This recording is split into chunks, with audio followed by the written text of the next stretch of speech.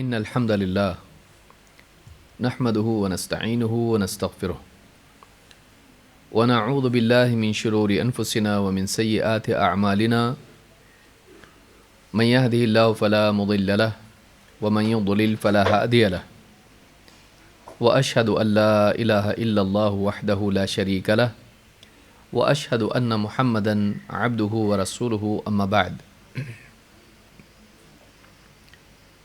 فإن خير الحديث كتاب الله وخير الهدي هدي محمد صلى الله عليه وعلى آله وسلم وشر الأمور محدثاتها وكل محدثة بدعة وكل بدعة ضلالة وكل ضلالة في النار.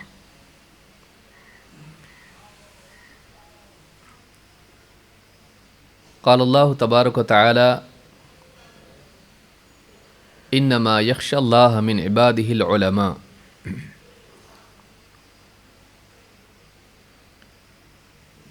قابل احترام ماں اور بہنوں،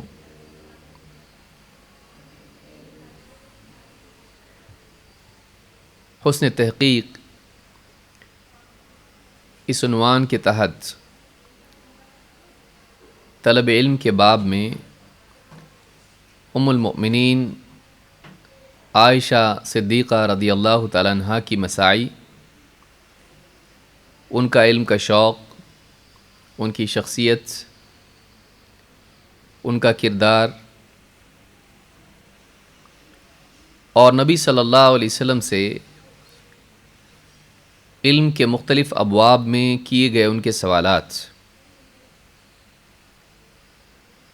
ان تمام چیزوں کو دلائل کی روشنی میں قرآن و سنت کی دلیلوں کے ساتھ ہم سمجھنے کی کوشش کر رہے ہیں۔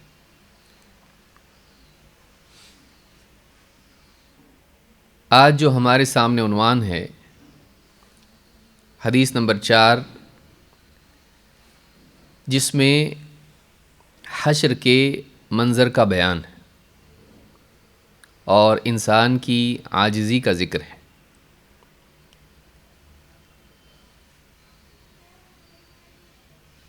دنیا میں انسان مال و اسباب کے درمیان جیتا ہے، رشتہ داروں کے درمیان، دوست احباب کے درمیان، چاہنے والوں کے درمیان جیتا ہے۔ زندگی میں کوئی مسئلہ پیش آتا ہے، مال خرچ کر کے بہت سارے مسائل وہ حل کر لیتا ہے، اور جہاں مال کام نہیں آتا ہے، اس کے رشتہ دار اس کے ساتھ ہوتے ہیں، دوست احباب اس کے ساتھ ہوتے ہیں۔ کبھی معاشی مسائل ہوتے ہیں، کبھی صحت کے مسائل ہوتے ہیں، کبھی گھریلو مسائل ہوتے ہیں، کبھی نفسیاتی مسائل ہوتے ہیں۔ ان تمام مسائل میں انسان ایک دوسرے کی مدد کرتا ہے اور اپنے مسائل کو حل کرتا ہے۔ قیامت کا دن جب آئے گا تو قیامت کا دن انسان کی بے بسی کو ظاہر کرنے والا دن ہوگا۔ قیامت کا دن اسباب اور احباب کے اعتبار سے انسان کو محتاج بنا دے گا۔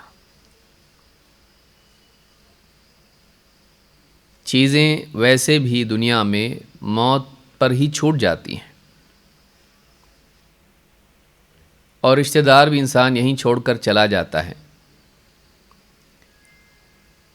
قیامت کا دن جب آئے گا اور سارے لوگ حشر میں جمع ہوں گے، اس وقت مال و متاع کا کوئی وجود نہیں ہوگا۔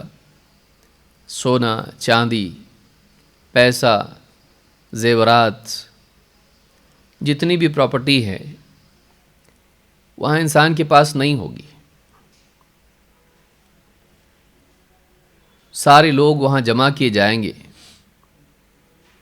آدم علیہ السلام سے لے کر آخری انسان تک، مرد، عورت، سبھی جمع ہوں گے، حتیٰ کہ جنات، فرشتے اور چوپائے جنگلی جانور سب جمع کیے جائیں گے۔ وَإِذَا الْوُحُوشُ حُشِرَتْ، وہ ایک بڑا اجتماع ہوگا جس میں سارے بندوں کو اپنے ابدی انجام کے فیصلے کو سننے کے لیے اور بھگتنے کے لیے جمع کیا جائے گا۔ ایک بڑا فیصلہ ہوگا جو ہر انسان کے مستقبل کے اعتبار سے اس کے جنتی یا جہنمی ہونے کا فیصلہ کرے گا۔ اس دن ساری بادشاہت اللہ کے لیے ہوگی۔ دنیا کے بادشاہ، دنیا کے مالدار فقیر و محتاج بن کر کھڑے ہوں گے۔ اس دن کی فکر ہونا اور اس دن کی تیاری کرنا یہ انسان کے لیے حقیقی عقل مندی اور سعادت ہے، کامیابی یہ ہے۔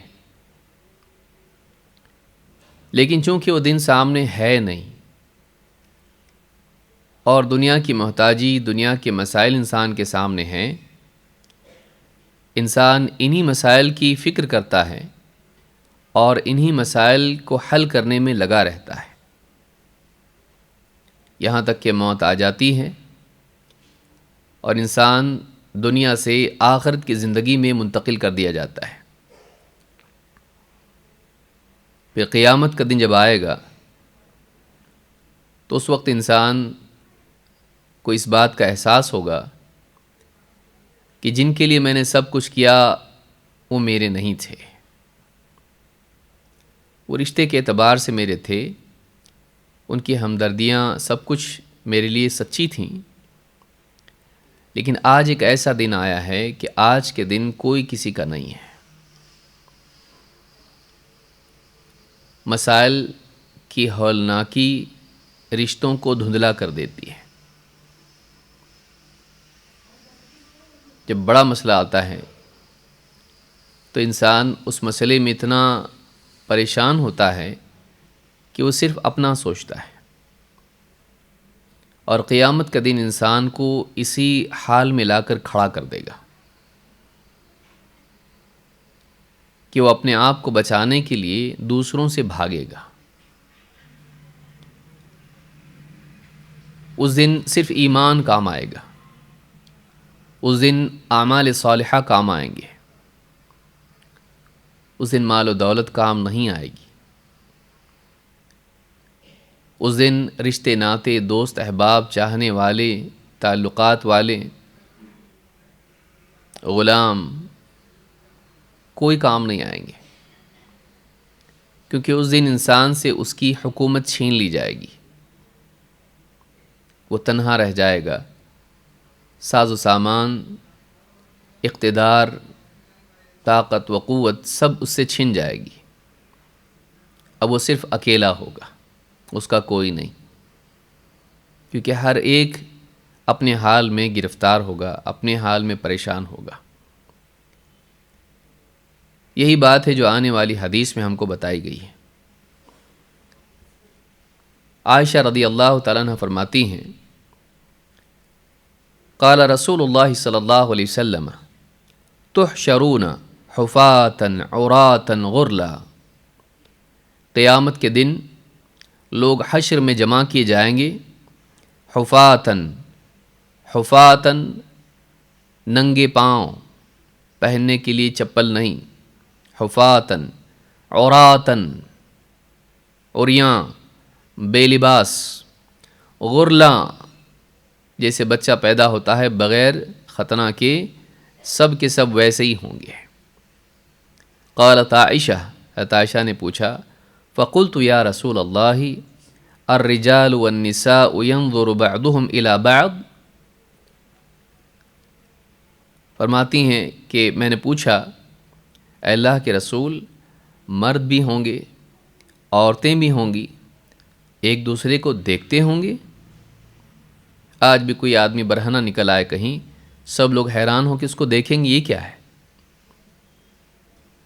بے لباس کوئی ظاہر ہو جائے، لوگ حیرت سے، جھٹکے سے اس کو دیکھیں گے یہ کیا ہے؟ سماج میں ایسا نہیں ہوتا ہے۔ حیا انسان کے لیے اس میں رکاوٹ بن جاتی ہے کہ وہ لوگوں کے سامنے برہنہ آئے، اور اگر کوئی آ بھی جائے تو لوگ گھبرا جاتے ہیں کہ یہ کیا ہو رہا ہے۔ فرمایا کہ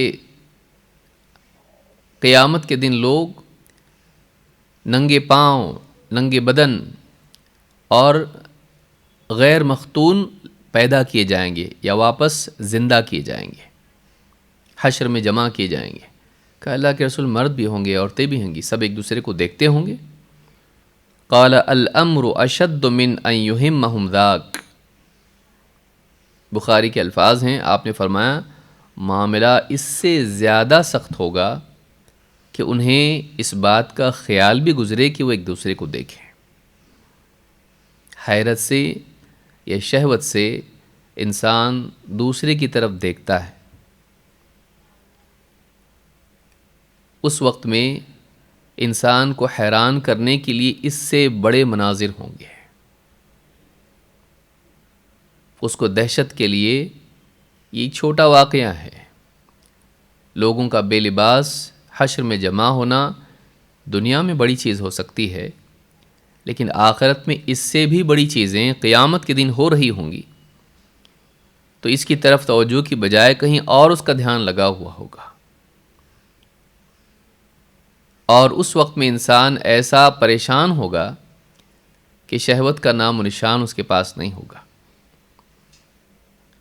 کہا کہ الامر اشد من ان یہمہم ذاک، معاملہ اس سے زیادہ سخت ہوگا کہ انہیں اس کا خیال بھی گزرے کہ وہ شہوت سے ایک دوسرے کی طرف دیکھیں یا حیرت سے ایک دوسرے کی طرف دیکھیں۔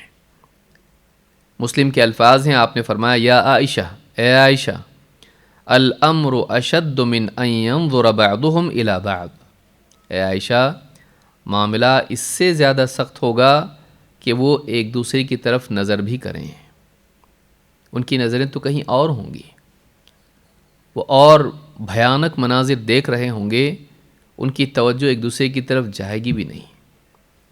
امام البخاری نے کتاب الرقاق میں اور اسی طرح سے امام مسلم نے بھی اپنی صحیح میں اس کو روایت کیا ہے۔ نسائی کے الفاظ ہیں فقالت عائشہ فکیف بالعورات، حضرت عائشہ نے کہا اے اللہ کے رسول پھر عورات کا کیا، یعنی انسان کے بدن میں چھپانے کی جگہیں ہیں، ایک دوسرے کے سامنے ظاہر نہیں کرنا ہے، اس کا کیا؟ اور کیا لوگ ایک دوسرے کو دیکھیں گے نہیں؟ قال لکل امرئ منہم یومئذ شأن یغنیہ، آپ نے قرآن کی آیت پڑھی، لکل امرئ منہم، ان میں سے ہر شخص کے لیے، یومئذ، اس دن، شأن یغنیہ، ایسی حالت ہوگی، ایسی پریشانی ہوگی کہ اسے دوسروں کی طرف توجہ کرنے سے مستغنی کر دے گا۔ وہ ایک ایسی پریشانی میں گرفتار ہوگا کہ اسے دوسروں کی طرف دیکھنے کی نوبت ہی نہیں آئے گی، اس کے لیے دوسروں کی طرف دیکھنے کا موقع ہی نہیں ہوگا، وہ اپنی پریشانی میں اتنا کھویا ہوا ہوگا کہ اسے دوسروں کی طرف دیکھنے کا دھیان بھی نہیں گزرے گا۔ یہ سورہ عبس کی آیت ہے اور یہ نسائی کی روایت ہے اور صحیح حدیث ہے۔ ابن ماجہ کے الفاظ ہیں قالت قلت والنساء، قال والنساء، جب آپ نے کہا کہ لوگ بے لباس حشر میں جمع کیے جائیں گے تو حضرت عائشہ نے پوچھا اللہ کے رسول مرد لیکن عورتیں بھی اسی حال میں؟ کہا ہاں عورتیں بھی۔ قلت یا رسول اللہ فما یستحیا، کہا اللہ کے رسول کیا لوگوں کو حیا نہیں آئے گی؟ یا حیا کا کیا؟ لوگوں کو حیا آتی ہے لوگوں کے سامنے بے لباس ہونے پر، خاص کر کہ وہ زمانہ جو پردے کا دور ہے، جس میں مردوں کی نگاہیں حیا والی تھیں اور عورتوں کے مزاج میں حیا تھی، ان کے لباس میں پردہ اور ستر تھا اور مردوں کی نگاہیں جھکی ہوئی ہوتی تھیں۔ اس دور میں یہ بات کہی جا رہی تو اور بھی زیادہ شاکنگ ہوگا کہ اللہ کے رسول حیا کا کیا، لوگ تو حیا کرتے ہیں نا اسی بات سے۔ قال یا عائشہ الامر اہم من ان ينظر بعضهم الى بعض، معاملہ اس سے زیادہ اہم ہوگا، اس کے علاوہ کچھ اور چیزیں ہوں گی جو اس سے زیادہ امپورٹنٹ ہوں گی، اس سے زیادہ سیریس ہوں گی کہ وہ ایک دوسرے کی طرف دیکھیں بھی، ان کی نگاہیں تو کہیں اور ہوں گی، ان کے دل تو کہیں اور ہوں گے، نہ ان کے دل میں اس کا خیال گزرے گا کہ ایک دوسرے کو دیکھ کر محظوظ ہوں، اور نہ انہیں اس بات کا ہوش ہوگا کہ وہ ایک دوسرے کو دیکھ کر پریشان ہوں کہ بے لباس سب جمع ہے۔ وہ کہیں اور کھوئے ہوئے ہوں گے، وہ کسی اور پریشانی میں مبتلا ہوں گے۔ قرآن کریم میں اللہ تعالیٰ نے یہ بات بیان کی ہے، اور جو آیت رسول اکرم صلی اللہ علیہ وسلم نے پڑھی وہ سورہ عبس کی آیت ہے، جس سے پہلے کچھ باتیں اللہ تعالیٰ نے بیان کی ہیں۔ اللہ تعالیٰ نے فرمایا یوم یفر المرء من اخیہ، اس دن آدمی اپنے بھائی سے بھاگے گا، وہ امہ و ابیہ، اپنی ماں سے اپنے باپ سے بھاگے گا، وہ صاحبتہ و بنیہ، اپنی بیوی سے اپنے ساتھی سے، صاحبہ بیوی، اپنی بیوی سے جو ہمیشہ اس کے ساتھ رہتی تھی، دنیا میں، بیماری میں، پریشانی میں، فقر و فاقے میں اس کا ساتھ دینے والی، دکھ سکھ کی ساتھی، وہ بھی اس کا ساتھ چھوڑ دے گی، وہ خود اس سے بھاگے گا۔ وصاحبتہ وبنیہ، وہ اپنی بیوی سے بھاگے گا، اپنی اولاد سے بھاگے گا، اپنے بیٹوں سے بھاگے گا۔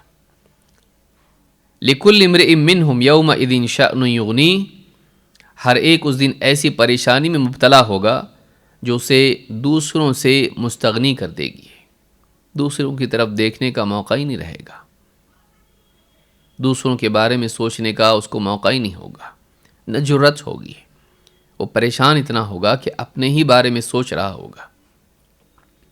دنیا میں آپ نے دیکھا ہوگا مشکل حالات میں انسان صرف اپنا سوچتا ہے، زلزلہ آ جائے، طوفان آ جائے، سیلاب آ جائے،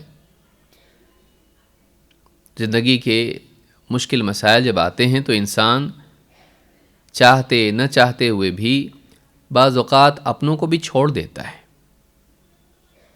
کورونا کے دور میں لوگوں نے اس کو دیکھا ہے کہ لوگ ماں باپ کا جنازہ تک چھونے کے لیے تیار نہیں تھے۔ کتنے لوگ تھے جنہوں نے اپنے ماں باپ کے بارے میں، بھائی بہن کے بارے میں کہا، حکومت ہی سے کہا کہ آپ ہی لے جا کے جو چاہیں کریں۔ یہ اور بات ہے کہ مسلمانوں میں ایسا عموماً نہیں ہوا، لیکن مسلمانوں میں بھی ایسے کمزور دل کے بدبخت لوگ تھے جنہوں نے کہا کہ ہم کو دیکھنا تک نہیں ان کا چہرہ،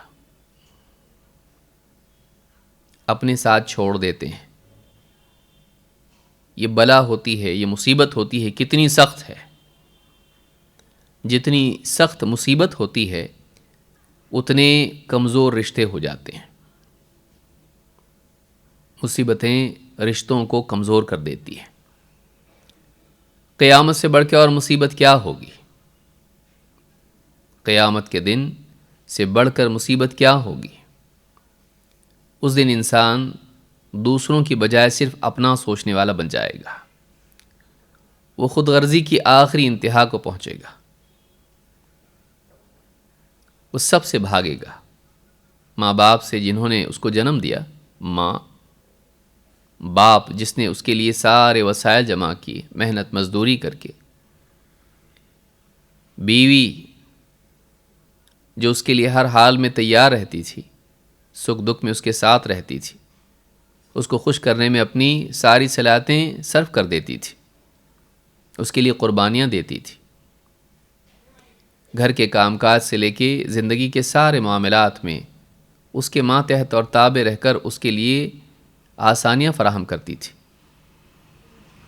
اولاد جو ہمیشہ اس کے لیے تیار رہتی تھی،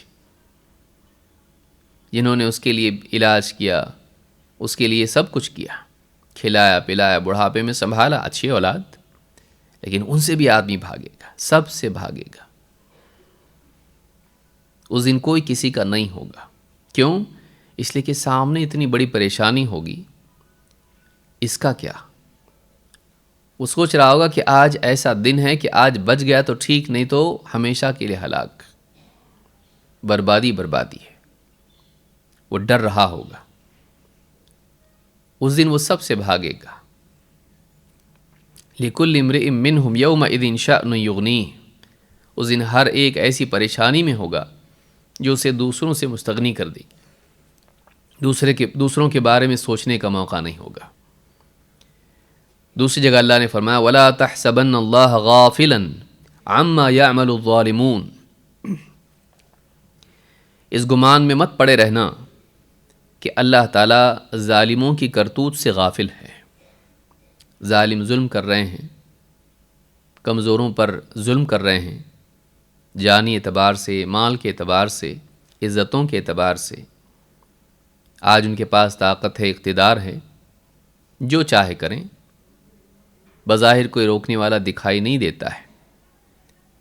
یہی وجہ ہے کہ انسان بعض اوقات دنیا کے ظلم و زیادتی کو دیکھ کر اللہ کے وجود کا بلکہ اللہ کے رحیم اور عدل والا ہونے کا انکار کر دیتا ہے کہ اگر اللہ ہوتا تو دنیا میں ظلم نہیں ہوتا۔ لیکن دنیا میں انسان کو انصاف نہ ملنا اور مجرم کو نہ پکڑنا یہ اس بات کی دلیل نہیں کہ اللہ نہیں ہے یا اللہ تعالیٰ کو مخلوق کی پرواہ نہیں ہے۔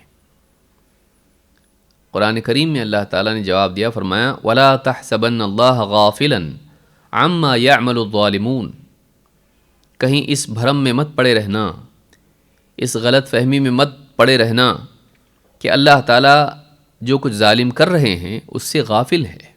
اللہ غافل نہیں ہے، دیکھ رہا ہے وہ۔ پھر کیوں روکتا نہیں؟ کیوں ان کو سزا نہیں دیتا ہے؟ انما یؤخرہم لیوم تشخص فیہ الابصار، اللہ تعالیٰ انہیں ڈھیل دے رہا ہے اس دن تک کے لیے جس میں آنکھیں پھٹی کی پھٹی رہ جائیں گی۔ گھبراہٹ کے مارے ظالم کو اس وقت احساس ہوگا کہ میں تو یہ سمجھتا رہا کہ میرے پاس سب کچھ ہے، مجھ کو کوئی پکڑے گا نہیں، لیکن آج ساری طاقت، سارا اقتدار مجھ سے چھین لیا گیا اور میرے ظلم کا انجام میرے سامنے ہے، اور ہاں اللہ ہے اور وہ بڑی قوت والا ہے، وہ علم والا ہے، وہ بھولتا نہیں، اس کو سب یاد ہے جو کچھ میں نے کیا ہے، اور وہ ایسی قدرت والا ہے، ایسی قوت والا ہے کہ اس سے کوئی بھاگ نہیں سکتا ہے، اور وہ عدل والا ہے، وہ کمزور طاقتور نہیں دیکھتا ہے، وہ حق کو دیکھتا ہے، کس کا کس پر کتنا حق ہے۔ وہ طاقتور سے بھی حق لیتا ہے، وہ کمزور کو اس کا حق دلاتا ہے۔ انما یؤخرہم لیوم تشخص فیہ الابصار، وہ تو بس انہیں ڈھیل دے رہا ہے اس دن تک کے لیے جس میں نگاہیں، آنکھیں پھٹی کی پھٹی رہ جائیں گی۔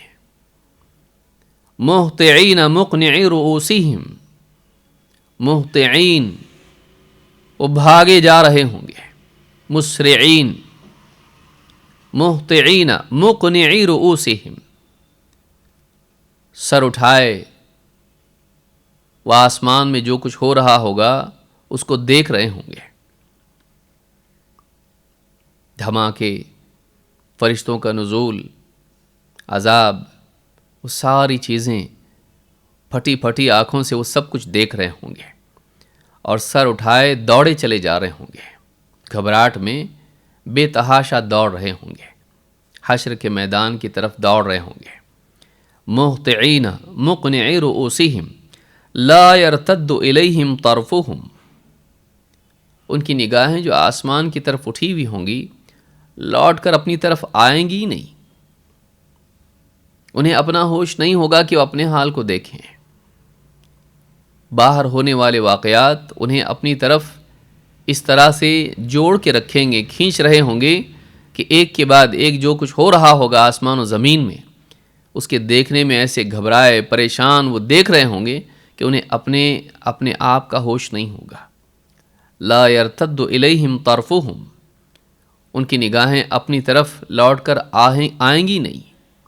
وَأَفْئِدَتُهُمْ ہَوَا، اور ان کے ہوش اڑے ہوئے ہوں گے، ان کے دل خالی کھوکھلے ہو جائیں گے، گھبراہٹ کے مارے وہ ایمٹی ہو جائیں گے، ان کی سوچ میں کوئی اور چیز ہوگی نہیں، سوچنے کا بھی شعور ان کو نہیں ہوگا۔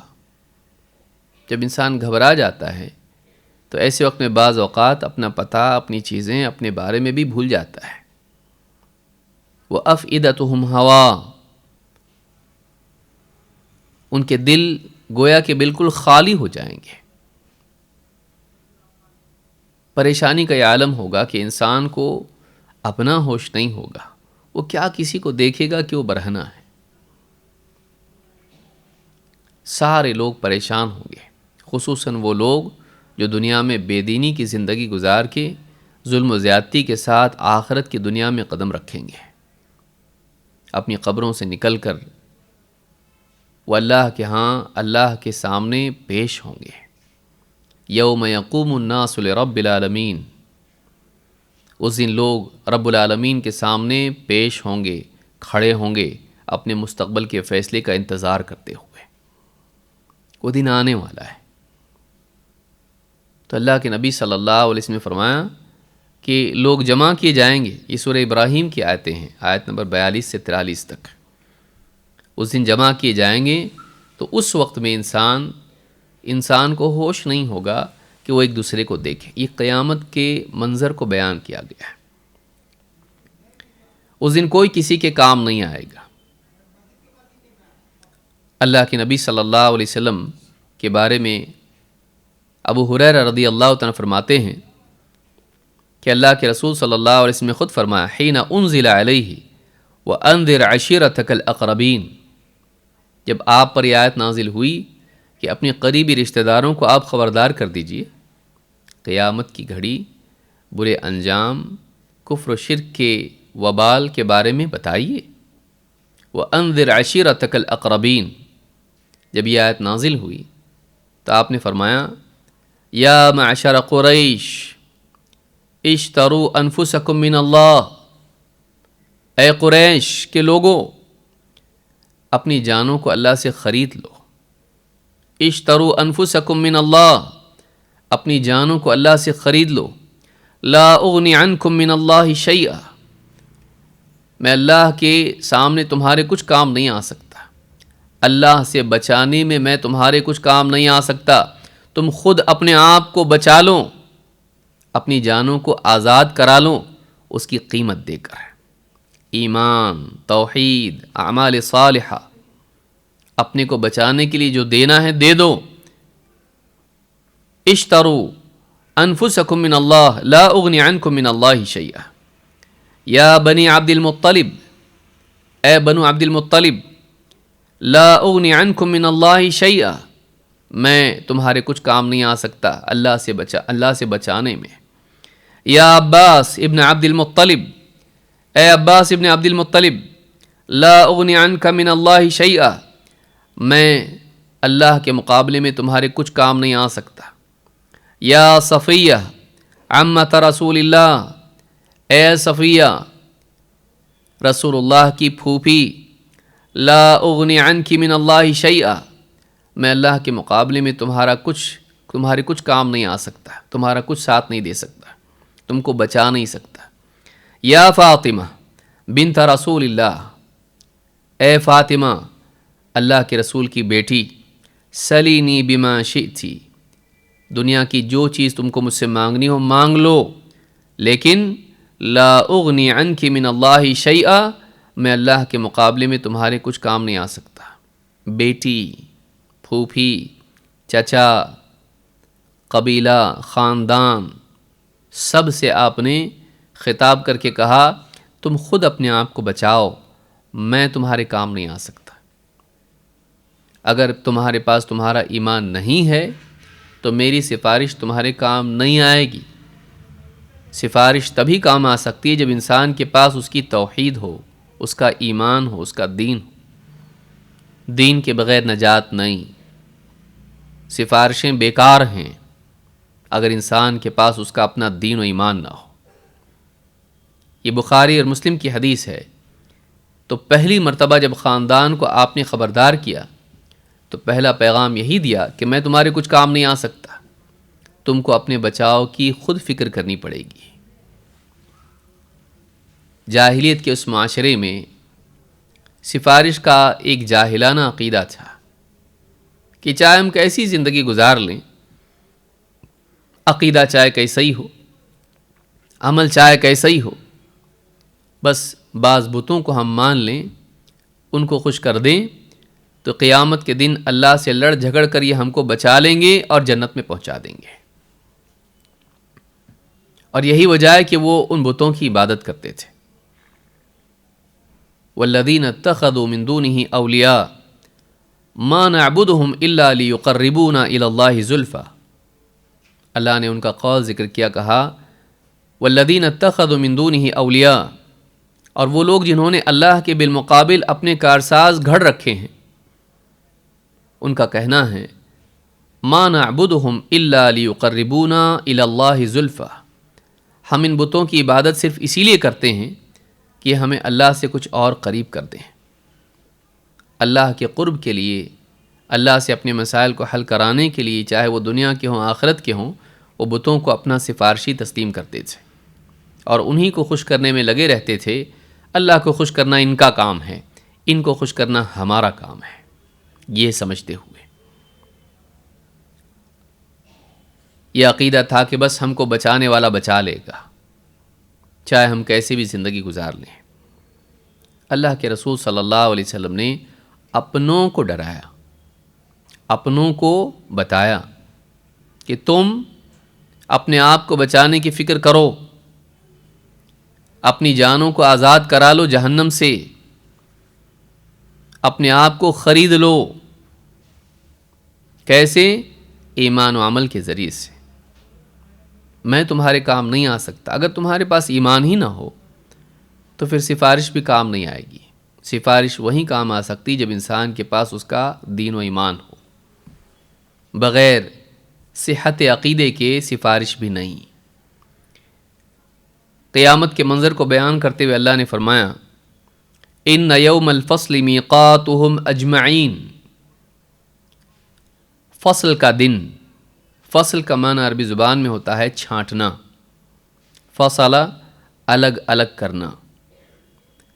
قیامت کا دن یوم الفصل ہے۔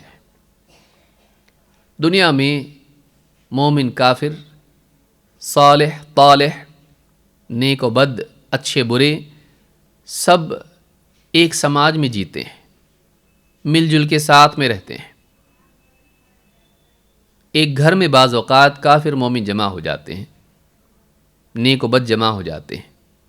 دنیا میں سب ایک ساتھ ہوتے ہیں، ان میں کوئی تفریق، تمییز اور ان کو الگ کرنے والی کوئی دیوار نہیں ہوتی ہے، ایک ہی سماج کے سب حصہ بن کر رہتے ہیں۔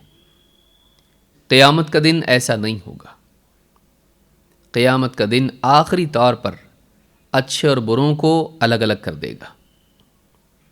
اللہ تعالیٰ دنیا میں اچھے معاشرے میں بروں کو جینے کا موقع دیتا ہے، زمین اللہ کی ہے، لیکن اس زمین پر اللہ تعالیٰ اچھوں کے ساتھ ساتھ بروں کو بھی پنپنے کا موقع دیتا ہے۔ یہ اس کی حکمت ہے، یہ اس کی ڈھیل ہے، یہ امتحان کا تقاضا ہے۔ لیکن قیامت کا دن امتحان کے خاتمے اور انجام کی شروعات کا دن ہوگا۔ اب اس دن گنجائش نہیں ہوگی کہ دونوں ایک ساتھ رہیں۔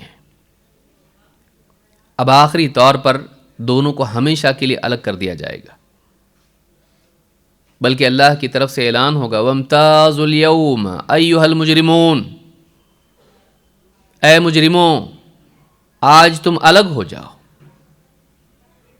قیامت کا دن نیک و بد کے درمیان امتیاز قائم کرنے والا دن ہوگا، ان کو الگ کر دیا جائے گا۔ تو فرمایا کہ ان یوم الفصل میقاتہم اجمعین، چھانٹنے کا دن، قیامت کا دن ان سب کے لیے اللہ کی طرف سے موقت ہے، طے شدہ ہے۔ یوم لا یغنی مولا عن مولا شیئا، یہ وہ دن ہوگا جس میں کوئی رشتہ دار، مولا رشتہ دار، محبت کرنے والا، قریبی رشتہ دار، کوئی کسی کا چاہنے والا رشتہ دار کسی کے کام نہیں آئے گا، کچھ بھی کام نہیں آئے گا۔ شیئن میں پوری نفی ہے۔ یوم لا یغنی مولا عن مولا شیئا، اس دن کوئی رشتہ دار کسی رشتہ دار کے کچھ بھی کام نہیں آئے گا۔ ولا هم ینصرون، اور کہیں اور سے ان کی مدد کی جائے گی، اور نہ کہیں اور سے ان کی مدد کی جائے گی، خارجی مدد بھی نہیں، رشتہ داروں کی نہیں، کسی اور کی بھی نہیں۔ الا من رحم اللہ، سوائے اس کے جس پر اللہ تعالی رحم فرمائے۔ انہ هو العزیز الرحیم، یقیناً وہ بڑا زبردست غلبے والا اور رحم فرمانے والا ہے، وہ عزیز ہے، رحیم ہے۔ اس دن کوئی کسی کے کام نہیں آئے گا سوائے اس کی جس پر اللہ کی رحمت ہو، کہ اگر اس کے پاس ایمان تھا اور وہ اس لائق تھا کہ کسی نیک انسان کی، اہل ایمان میں سے، صالحین میں سے سفارش اس کے باب میں قبول کی جائے، اگر واقعی وہ لائق تھا، ایمان اس کے پاس تھا، عقیدہ اس کا صحیح تھا، غلطیاں اس سے ہوئیں لیکن مجبوریوں میں ہوئی، لیکن وہ لائق اس کا تھا کہ اس کو معاف کیا جائے، سفارش کرنے والا سفارش کرے گا تو اللہ تعالیٰ اس کی سفارش ایسے شخص کے حق میں قبول کرے گا جو واقعی اللہ کی رحمت کا مستحق ہو۔ لیکن انسان کے پاس ایمان نہ ہو، وہ کفر میں پڑا ہو، شرک کرتا ہو، ایسے شخص کے حق میں بڑی سی بڑی شخصیت خود محمد صلی اللہ علیہ وسلم کی سفارش بھی قبول نہیں کی جائے گی۔ اس میں صرف ایک استثناء ہے ابو طالب کا، بس، اور کوئی نہیں۔ وہ بھی اس لیے کہ دلیل ہمارے سامنے حدیث سے ہے، ورنہ عام قاعدہ یہ ہے کہ کفر و شرک والوں کے لیے کوئی سفارش نہیں، جہنم سے نجات نہیں، وہ ہمیشہ جہنم میں پڑے رہیں گے۔ تو اس آیت میں اللہ تعالیٰ نے، سورہ دخان کی آیتیں ہیں، ان آیتوں میں اللہ تعالیٰ نے بتایا کوئی رشتہ دار کسی کے کام نہیں آئے گا۔ ہم نبی کے خاندان سے ہیں، ہم صحابہ کے خاندان سے ہیں، ہم اولیاء اللہ کے خاندان سے ہیں، ہمارا فلاں سے رشتہ ہے، ہمارے فلاں سے تعلقات ہیں، کسی کا تعلق کسی کے کام نہیں آئے گا اگر انسان کے پاس اس کا اپنا ایمان نہ ہو۔ پہلے اپنے عقیدے کی اصلاح کرنا ضروری ہے، پہلے اپنے اعمال کو سدھارنا، سنوارنا ضروری ہے، اور یہ بھی نہیں کہ ہر ایک کی سفارش ہر ایک کے حق میں قبول ہوگی، نہیں، ایمان والوں میں بھی بعض جہنم میں جائیں گے، بعد میں انہیں نکالا جائے گا، کیونکہ اللہ کی اجازت کے بغیر کسی کی سفارش قبول تو دور، اس کو شروعات بھی نہیں کر سکتا وہ۔ من ذا الذی یشفع عندہ الا باذنہ، کون ہے جو اللہ کے سامنے کسی کی سفارش کرے مگر اللہ کی اجازت سے؟ اجازت کے بغیر سفارش بھی نہیں کر سکتے، اور جس کے حق میں اجازت ہوگی اسی کی سفارش کی جائے گی، جس کو اجازت ملے گی وہی سفارش کر سکتا ہے، لیکن سب کو اجازت نہیں ملے گی اور سب کے حق میں اجازت نہیں ہوگی، تو آدمی ڈرے اپنے بارے میں۔ اگر وہ اس بھرم میں پڑا ہوا ہے کہ میرے اپنے مجھے بچا لیں گے، تو یہ بہت بڑی نادانی ہے، یہ بہت بڑا رسک ہے جو وہ لے رہا ہے۔ اگر نہیں ہوا تو، اگر اس کے حق میں سفارش نہ کی گئی اور جہنم میں چلا گیا تو اتنا بڑا خطرہ اپنے لیے مول لے رہا ہے، بس اس گمان میں کہ کوئی نہ کوئی بچا لے گا۔ وہ اپنے ایمان کی اصلاح کرے، اپنے اعمال کو سنوارے، اپنے آپ کو اس لائق بنائے کہ اللہ تعالیٰ قیامت کے دن اس سے راضی ہو اور اسے اپنی جنتوں میں بسائے۔ اس حدیث میں یہ بات بیان کی گئی ہے کہ قیامت کے دن کوئی کسی کے کام نہیں آئے گا، ایک۔ دوسری بات یہ کہ قیامت کا دن اتنا ہولناک ہوگا کہ اس دن انسان کو دوسروں کا تو چھوڑیے، خود اپنا ہوش نہیں ہوگا۔ اللہ تعالیٰ قرآن کریم میں فرماتا ہے، یوم تکون السماء کالمہل، وہ دن جس دن آسمان تیل کی تلچھٹ کی طرح ہو جائے گا۔ کھانا بنانے والے جانتے ہیں تیل استعمال کرنے کے بعد کئی بار جب استعمال کیا جائے تو نیچے اس کے کالا پن، وہ تیل پورا کالا پڑ جاتا ہے، یا اس کو رکھ دیا جائے تو تیل کے نیچے کے حصے میں بالکل گدلا پن پیدا ہو جاتا ہے۔ آسمان اس دن اسی طرح ہو جائے گا، اس کی شفافیت ختم ہو جائے گی۔ آسمان کا حال ایسا ہو جائے گا جیسے وہ بالکل تیل کی تلچھٹ ہے، بھیانک حالت اس کی ہو جائے گی۔ آج نیلا آسمان صاف دکھائی دیتا ہے، قیامت کے دن وہ گدلے تیل کی طرح ہو جائے گا۔ وَتَكُونُ الْجِبَالُ كَالْعِهْنِ، اور اس دن پہاڑ اون کی طرح ہو جائیں گے۔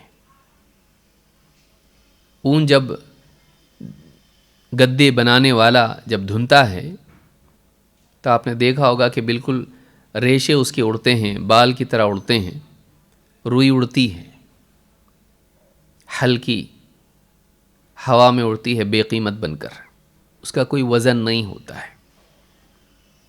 آج وزن کو بتانا ہو تو پہاڑ کو بطور مثال پیش کیا جاتا ہے۔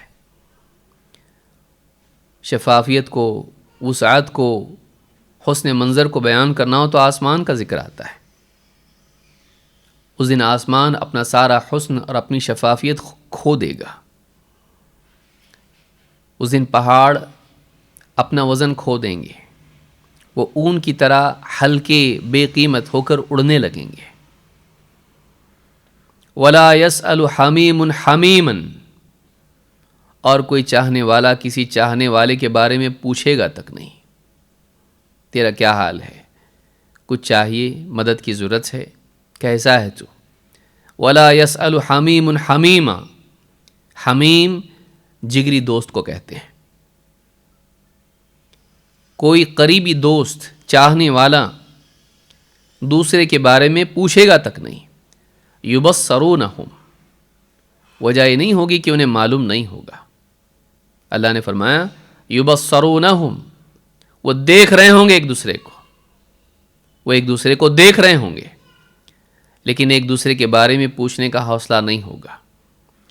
یود المجرم لو یفتدی من عذاب یومئذ ببنیہ، مجرم اس دن تمنا کرے گا کہ عذاب سے بچنے کے لیے اس کی اولاد اس کے لیے فدیہ بن جائے تو ٹھیک۔ اپنی اولاد کو عذاب میں جھونک کے اپنے آپ کو اگر بچا لے تو یہ بھی چل جائے گا۔ مجرم اتنا خود غرض ہو جائے گا اس دن کہ اپنے آپ کو بچانے کے لیے اپنی اولاد کو قربان کرنا پڑے، اپنی فدیے میں دینا پڑے تو اس پر بھی راضی ہو جائے گا۔ وَصَاحِبَتِهِ وَأَخِيهِ، اپنی بیوی، اپنا بھائی، ان کو بھی اگر اپنے بدلے میں عذاب میں ڈال دیں، خود بچا لے اپنے آپ کو، یہ بھی وہ تسلیم کر لے گا، اس پر بھی وہ راضی ہو جائے گا، بلکہ تمنا کرے گا کہ کاش کہ ان کو ڈال دیا جائے اور مجھے چھوڑ دیا جائے۔ وَفَصِيلَتِهِ الَّتِي تُؤْوِيهِ، بلکہ اپنا پورا کنبہ قبیلہ جو اسے پریشانیوں میں اس کا ساتھ دیتا ہے، اسے پناہ دیتا ہے، اس کو اپنا حصہ تسلیم کرتا ہے، وہ اپنے پورے کنبے قبیلے کو جہنم کی آگ میں جھونک کے اپنے فدیے میں دے کر اپنے آپ کو بچا لیں، یہ اس کی تمنا ہوگی۔ وَمَن فِي الْأَرْضِ جَمِيعًا ثُمَّ يُنْجِيهِ، بلکہ صرف کنبہ قبیلہ نہیں بلکہ زمین میں بسنے والے جتنے ہیں سب کو اپنے بدلے میں دے دیں، سب جہنم میں چلے جائیں، میں چھوٹ جاؤں، یہ بھی اس کو چل جائے گا۔ چاہے سارے کے سارے لوگ جو زمین پر بستے ہیں سب کے سب جہنم میں چلے جائیں، مجھے چھوڑ دیا جائے، اگر یہ آپشن اس کے پاس ہو تو اس پر بھی راضی ہو جائے گا، بلکہ تمنا کرے گا ایسا ہو جائے تو بھی ٹھیک۔ ثم ينجیہ، کہ پھر اسے نجات مل جائے ان سب کو جہنم میں جھونک کر۔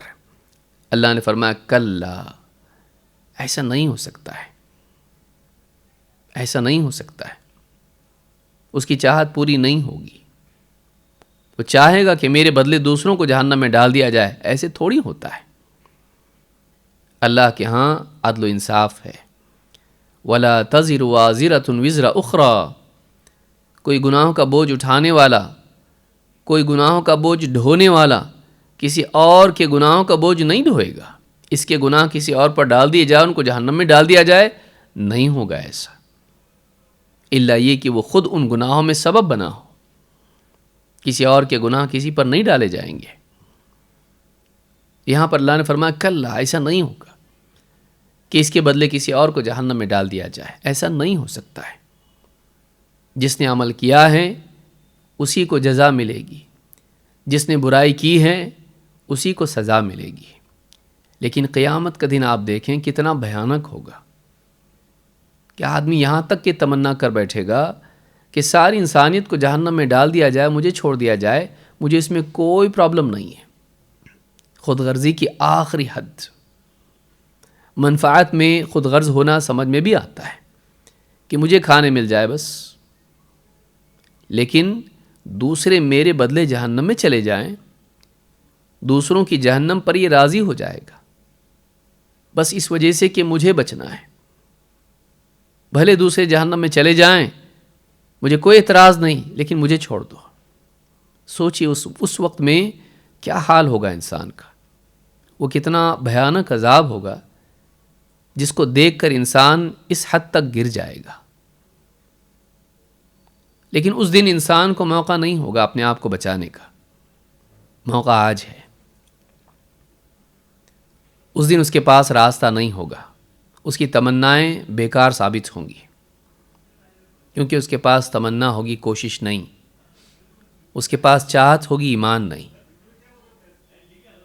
اس کے پاس موقع نہیں ہوگا. دار العمل سے، دار الامتحان سے نکل کر وہ دار الجزا میں پہنچ چکا ہوگا. لیکن کتنے خوش قسمت ہیں ہم کہ آج بھی ہم دار العمل میں ہیں. موت کا ایک جھٹکا ہم سے وہ موقع چھین لے گا. آج ہم زندہ ہیں، آج ہمارے پاس موقع ہے. اپنے عقیدے کو ہم صحیح کر لیں، اپنے اعمال کی اصلاح ہم کر لیں.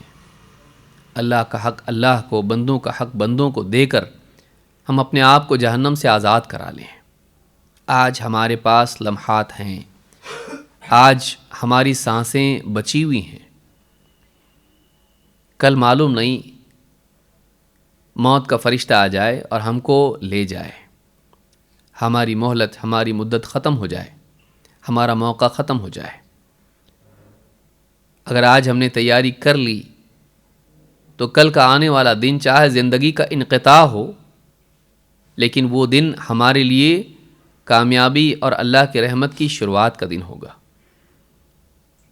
اس دن کے آنے سے پہلے پہلے اس دن کا استغلال کرنا، اس دن کو صحیح طور پر استعمال کرنا، یہ انسان کی حقیقی کامیابی اور عقل مندی ہے. یہ نہیں کہ انسان مال و متاع میں، زیورات میں، گھر بار میں، کپڑوں میں، جوتوں چپل میں آدمی اسی میں لگا رہے اور آخرت کی تیاری کو مؤخر کرتا رہے. وہ بارش سے پہلے چھاتے کی فکر تو کرے، لیکن قیامت سے پہلے اپنی نجات کی فکر نہ کرے. اس سے زیادہ بدقسمت کون ہو سکتا ہے؟ حضرت عائشہ کی اس حدیث میں یہی دو باتیں بتائی گئی ہیں. ایک، قیامت کا دن بڑا ہولناک دن ہوگا، اتنا بھیانک کہ برہنہ لوگ بھی سامنے ہوں تو انسان کو حوصلہ نہیں ہوگا کہ وہ ان کی طرف نگاہ ڈالے، کیونکہ پریشانی اتنی بڑی ہوگی. دو، قریبی رشتہ دار بھی اپنے نہیں ہوں گے. اس دن کوئی کسی کا نہیں ہوگا.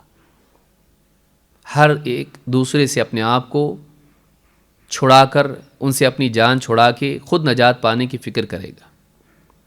بلکہ مجرمین کا حال یہ ہوگا کہ وہ اپنے بدلے دوسروں کو، بلکہ اپنوں کو جہنم میں ڈال دیں اور خود اپنے آپ کو بچا لیں، تو اس میں بھی وہ گریز نہیں کریں گے، اس میں بھی وہ دریغ نہیں کریں گے، اس میں بھی وہ چوکیں گے نہیں.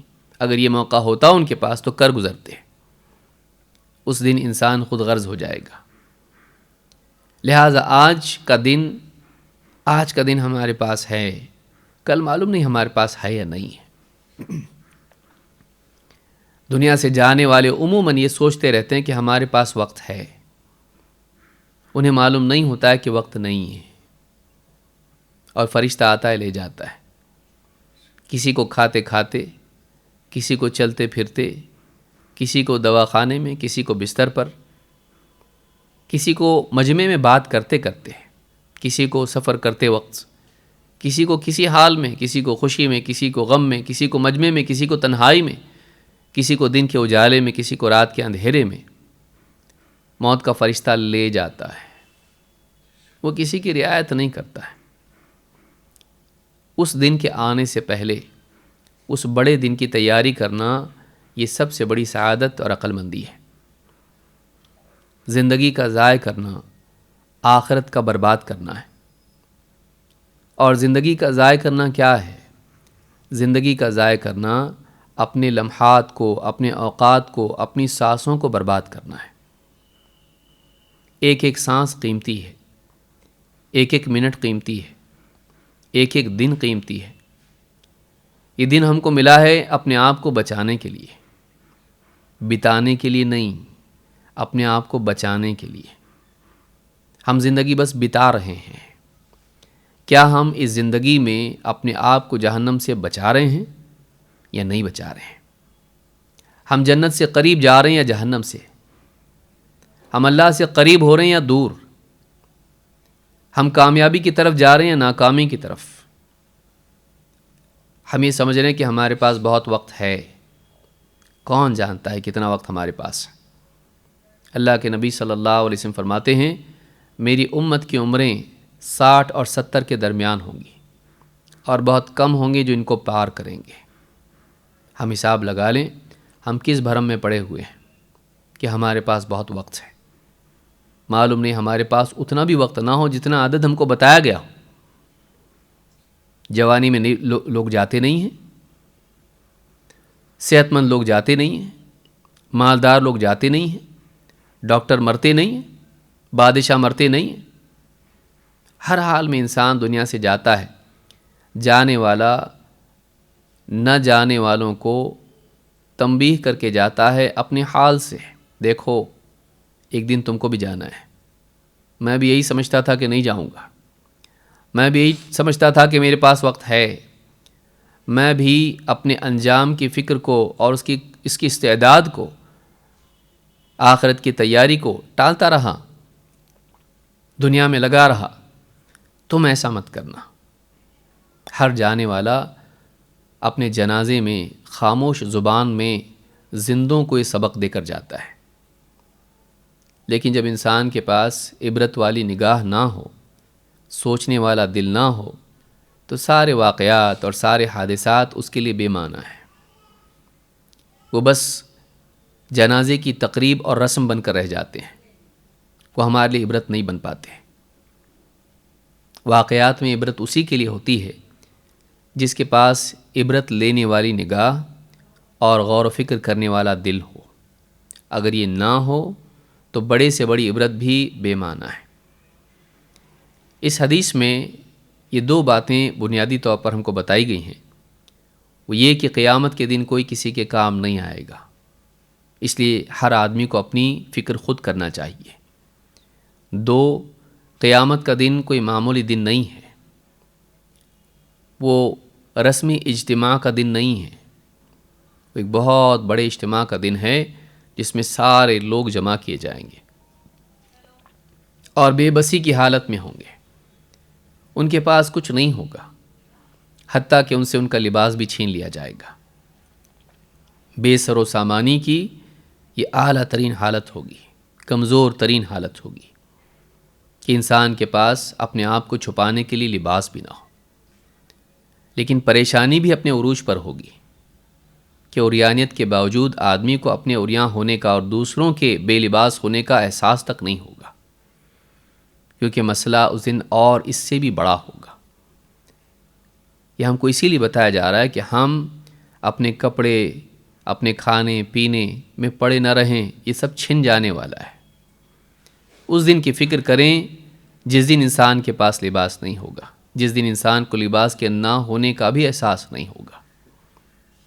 اس سے بڑا مسئلہ ہماری دہلیز پر ہوگا، ہمارے سامنے ہوگا۔ اس دن کی تیاری کریں۔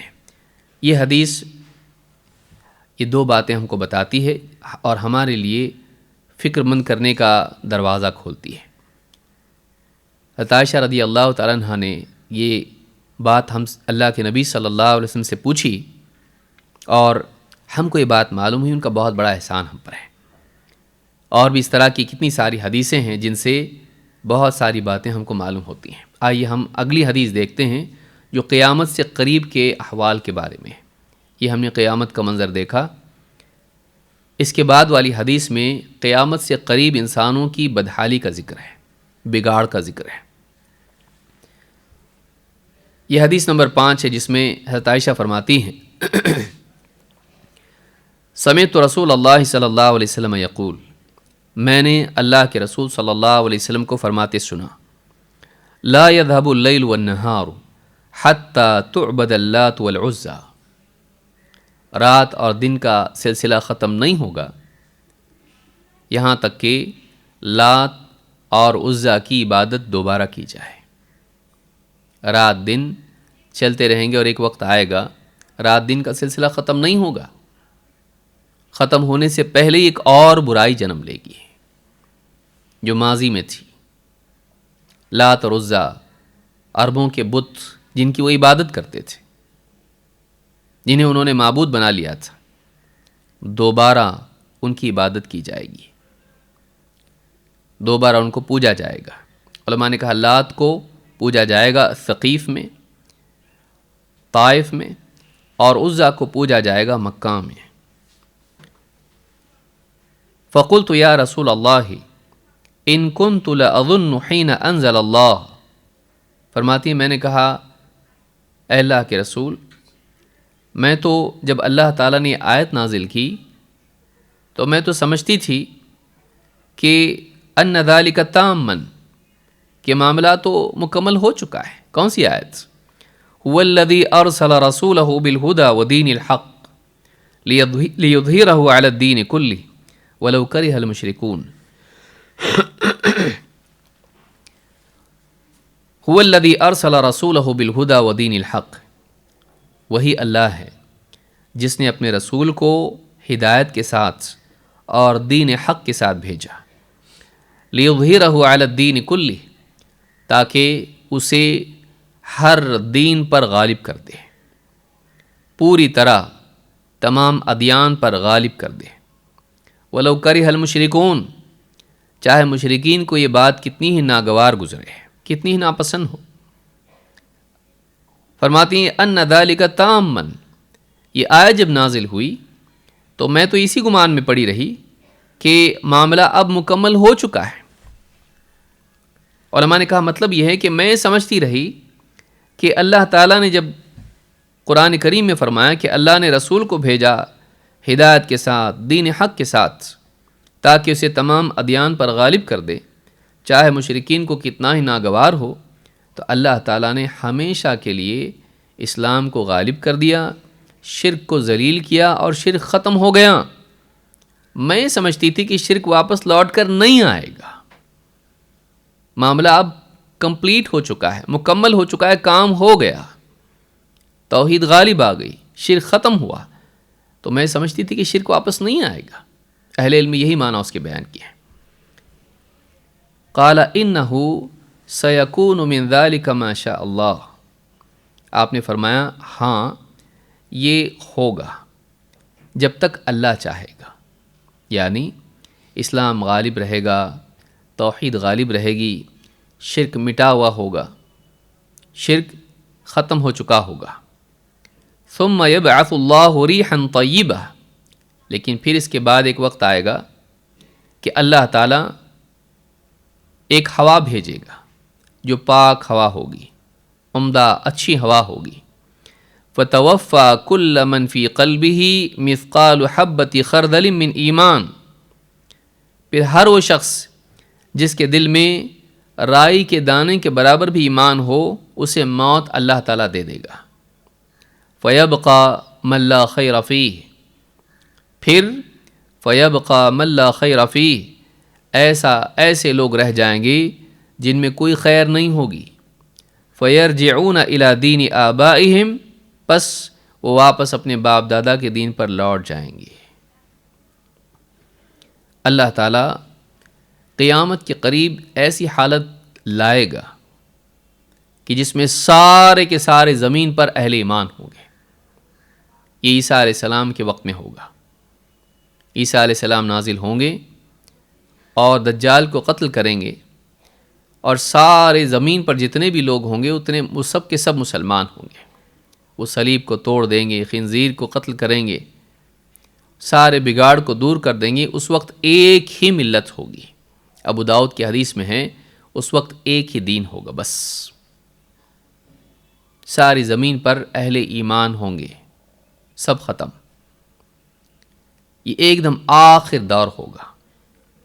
انہو سیکون من ذالک ما شاء اللہ، یہ ہو کر رہے گا جب تک اللہ چاہے گا. زمین پر صرف ایمان والے، توحید والے ہوں گے. سارے عیسائی مسلمان ہو جائیں گے، سارے یہود اور سب کے سب مسلمان ہو جائیں گے. زمین پر ایک ہی ملت ہوگی.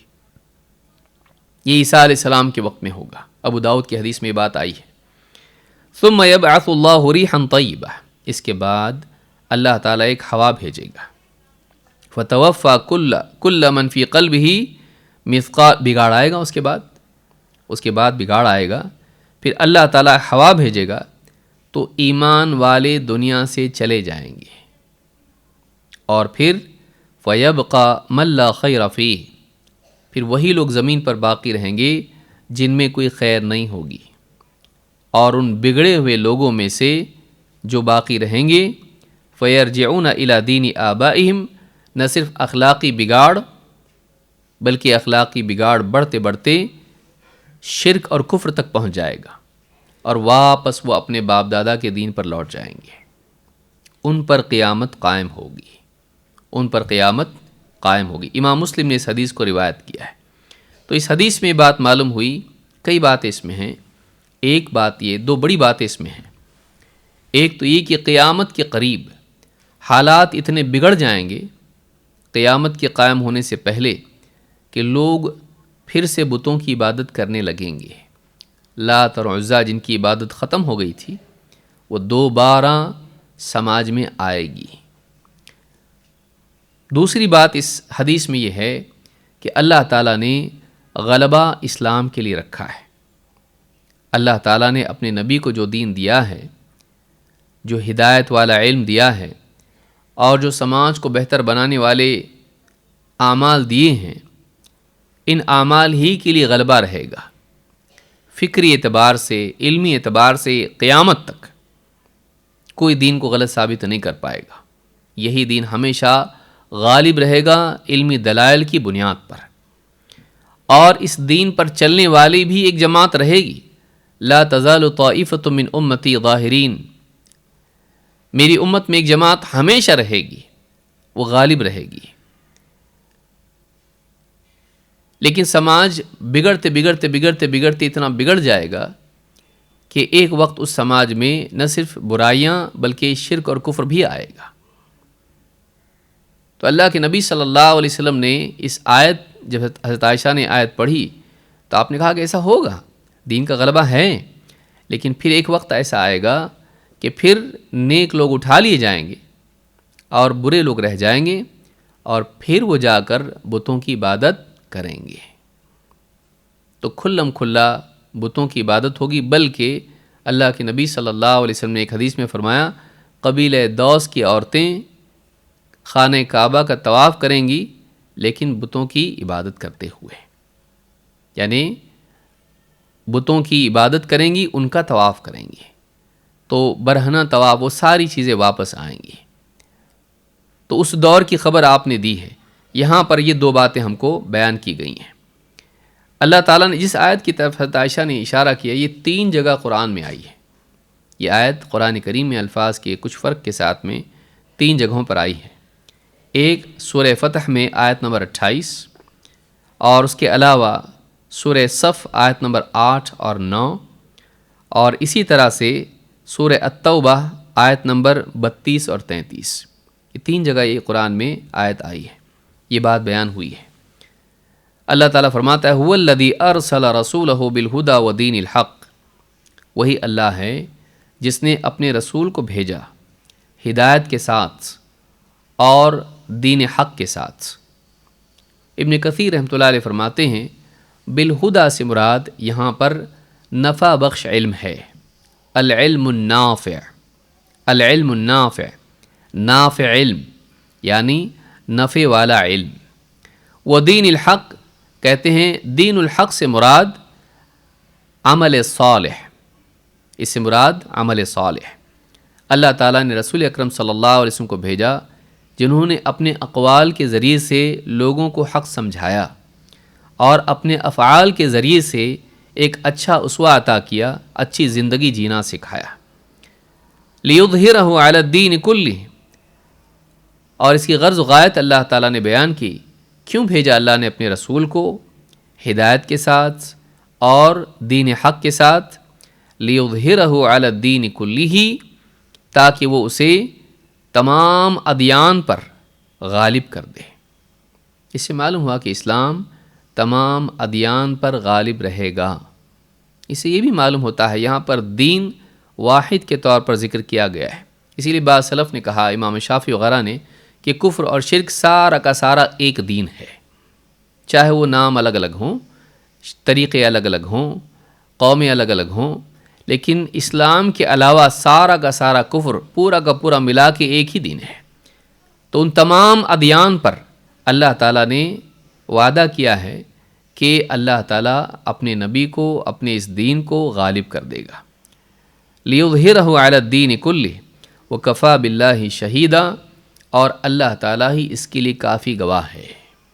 اللہ تعالیٰ کی گواہی کافی ہے، اللہ تعالیٰ خود گواہ ہے کہ اللہ ایسا کرے گا، تو اللہ تعالیٰ اس کے لیے کافی گواہ ہے، کسی اور کی گواہی کی ضرورت اب باقی نہیں رہتی ہے کہ یہ بات حق ہے۔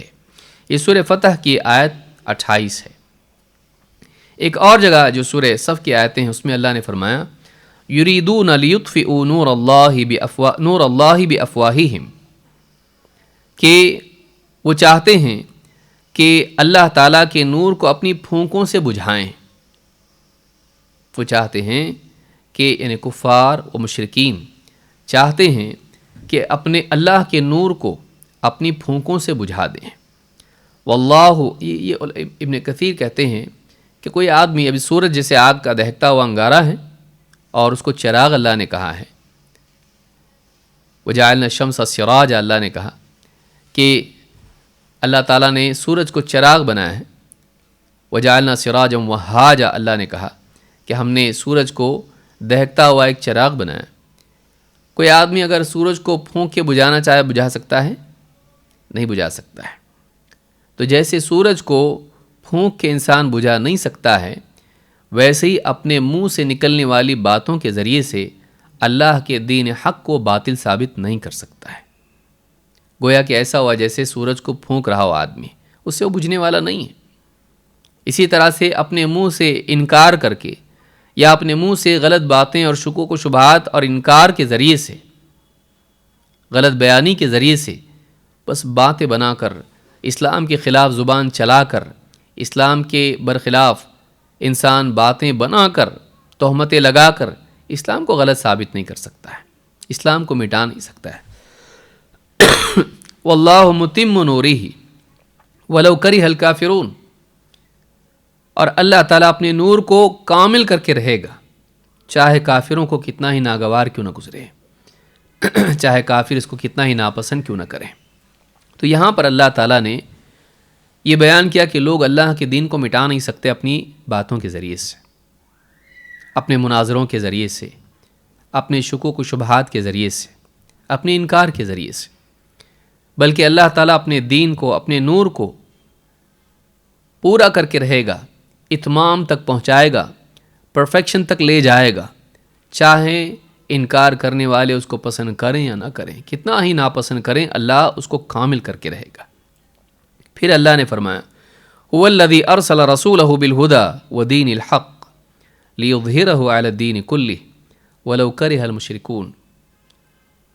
پچھلی آیت میں کافروں کا ذکر تھا، یہاں مشرکین کا ذکر ہے۔ اللہ نے فرمایا کہ وہی ہے جس نے اپنے رسول کو ہدایت کے ساتھ اور دین حق کے ساتھ مبعوث کیا، بھیجا، لیظہرہ علی الدین کلہ، تاکہ اسے تمام ادیان پر غالب کر دے، ولو کرہ المشرکون، چاہے مشرکین کو یہ بات کتنی ہی ناپسند کیوں نہ ہو۔ تو اللہ تعالیٰ نے ان دو آیتوں میں یہ بات بتائی کہ اللہ کا نور کامل ہو کر رہے گا، اور اللہ کا دین غالب ہو کر رہے گا۔ آج اگر آپ دیکھیں عالمی سطح پر مسلمان لوٹے پٹے ہیں، مادی اعتبار سے گرچہ کچھ اعتبار سے ٹھیک بھی ہوں، سیاسی اعتبار سے بھی کچھ حد تک ٹھیک ہوں، لیکن عالمی حالات اگر آپ دیکھیں تو مسلمان پریشانی کی حالت میں بھی ہیں۔ ایک بڑا طبقہ ہے جو پریشان ہے، لیکن اسلام پریشان نہیں ہے۔ مغلوبیت کے باوجود جب اسلام کفر کے مقابلے میں، شرک کے مقابلے میں، الحاد کے مقابلے میں رکھا جائے، اس کو پیش کیا جائے، تو کفر اور شرک گونگے ہو جاتے ہیں، الحاد مایوس ہو جاتا ہے، بے قیمت ہو جاتا ہے۔ مسلمانوں کی طاقت چاہے کمزور کیوں نہ ہوئی ہو، اسلام کی طاقت ابھی بھی ویسی ہی ہے جیسے وہ تھی۔ اسلام اپنے علم، اپنے دلائل، اپنے طرز حیات کی بنیاد پر آج بھی لوگوں کے لیے اپیل رکھتا ہے۔ یہی وجہ ہے کہ مسلمانوں کی مغلوبیت کے باوجود لوگوں کے دلوں پر اسلام غالب آتا ہے جب وہ انصاف کے ساتھ اسلام کو پڑھتے ہیں۔ مسلمان عالمی سطح پر ایک بڑا طبقہ مسلمانوں کا اخلاقی انحطاط، اخلاقی بگاڑ کا شکار ہونے کے باوجود، دینی اعتبار سے کمزور ہونے کے باوجود، بہت سے لوگوں کے لیے برائی کا اسوہ ہو جانے کے باوجود، ایک بڑا طبقہ مسلمانوں کا دیکھ کے لوگ اسلام سے بدظن ہوتے ہیں۔ اس کا بگاڑ اس کا اتنا زیادہ بڑھ جاتا ہے کہ مسلمانوں سے نفرت کرتے ہیں۔ لیکن پھر بھی آپ دیکھیں گے کہ مسلمانوں کے زوال کے باوجود بھی اسلام کے لیے زوال نہیں ہے۔ اس کو یاد رکھنا چاہیے۔ مسلمان زوال کا شکار ہیں، چاہے وہ حکومتی سطح پر ہوں یا اخلاقی سطح پر ہوں۔ خود مسلمانوں کا بڑا طبقہ اپنے دین پہ نہیں چل رہا،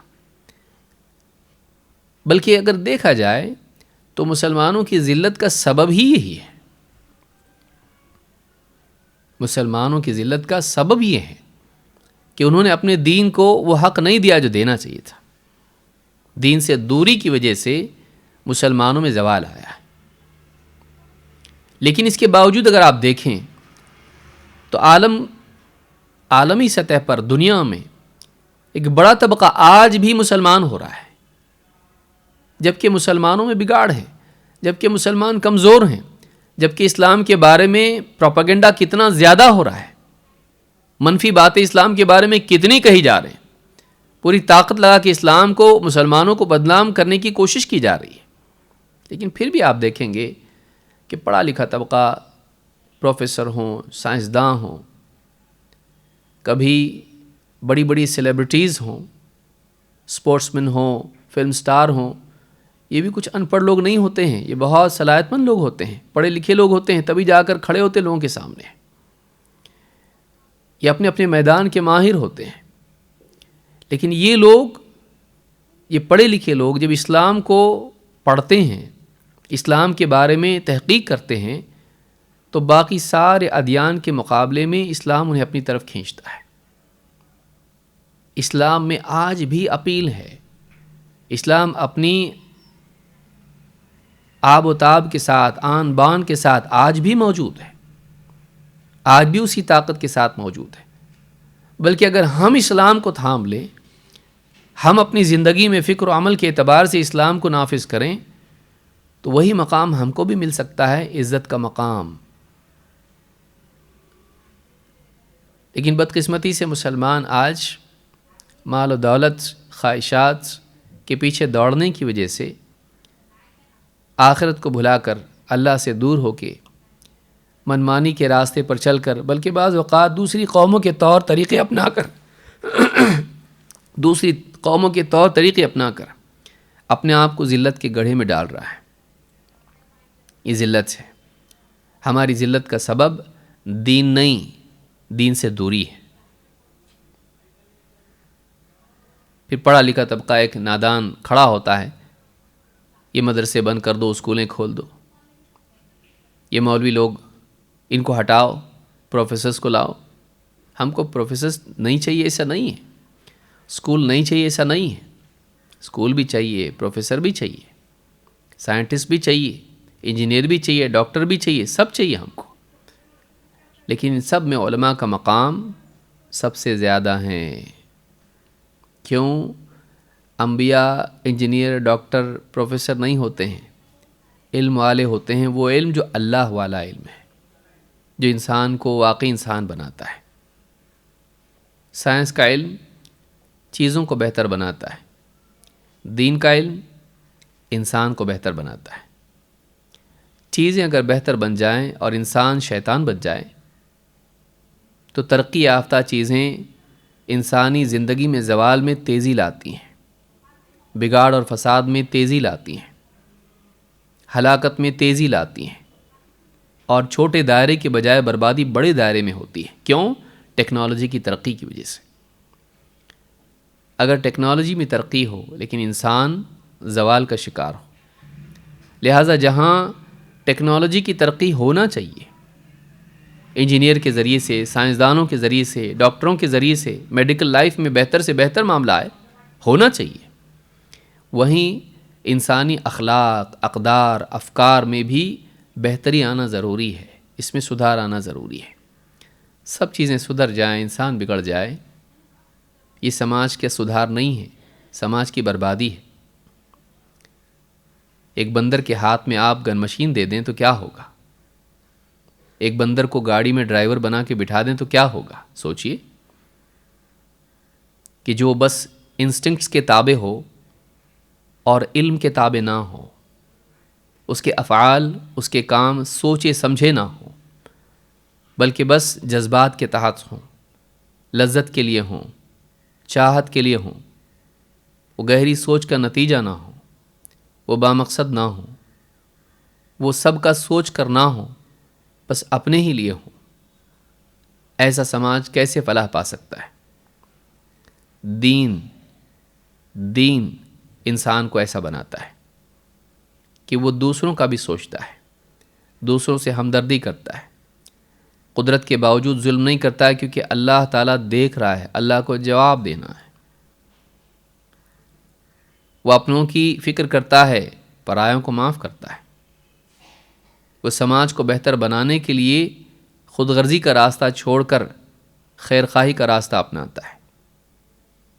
وہ اپنی ترقی دوسروں کی قبروں پر تعمیر نہیں کرتا، وہ اپنی ترقی کی عمارت سماج کی قبر پر قائم نہیں کرتا ہے، بلکہ اپنی ترقی کے ساتھ ساتھ دوسروں کا ہاتھ پکڑ کے ان کو بھی آگے لے جانے کی کوشش کرتا ہے۔ جب انسان کے اندر دنیا سے زیادہ آخرت کا احساس ہو اور خود غرضی کے بجائے وہ خیر خواہ ہو اور وہ اللہ کو پہچانتا ہو، اسے اللہ سے ملنے کا یقین ہو کہ میں یہاں دوں گا، اللہ مجھے میری مجبوری میں، پریشانی میں دے گا۔ یہ عقیدہ اگر انسانیت سے آپ چھین لیں، بس دنیا کی زندگی ہے، یہیں جو کرنا ہے کر لو، موج مستی اڑا لو، یہیں انجوائے کر لو، اگر یہ فکر آپ سماج کو دیں تو آپ دیکھیں گے کہ سماج جانوروں سے بھی زیادہ بھیانک ہو گیا ہے، جنگل سے بھی زیادہ خطرناک ہو گیا ہے۔ تو یہ دین اللہ نے ہم کو دیا، یہ غلبے والا دین ہے۔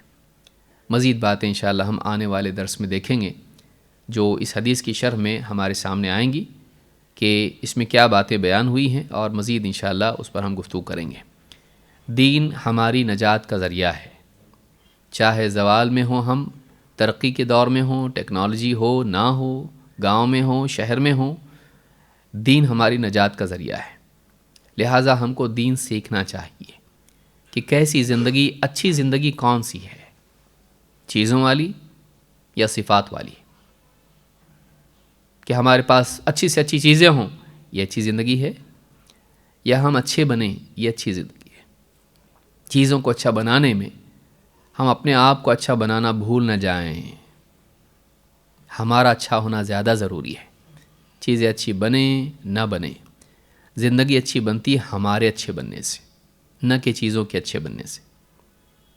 اللہ تعالی ہم سب کو سمجھتا فرمائیں، ہمارے آنے کو قبول کرے، اور دین مجالس میں ہم کو آنے والا اور لانے والا بنائے۔ اقول ھذا واستغفر اللہ لی ولکم۔